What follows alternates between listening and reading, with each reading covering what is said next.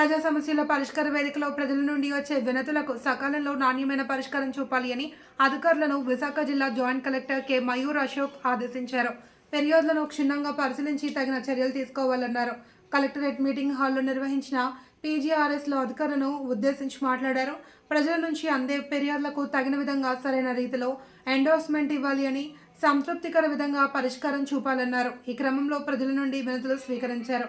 ఫిర్యాదుదారులు వివిధ సమస్యలపై 377 వినతులు సమర్పించగా అందులో రెవెన్యూ విభాగానికి చెందినవి 106, జీవీఎంసీ 121 ఉన్నాయి. ఇతర అన్ని శాఖలకు సంబంధించిన 116 వినతులు రాగా పోలీస్ శాఖకు 34 వచ్చాయి. జాయింట్ కలెక్టర్తో పాటు in-charge DRO Satyababu, UCD PD Satyaveni, ACP Dhananjaya Reddy ప్రజల నుండి వినతులు స్వీకరించారు.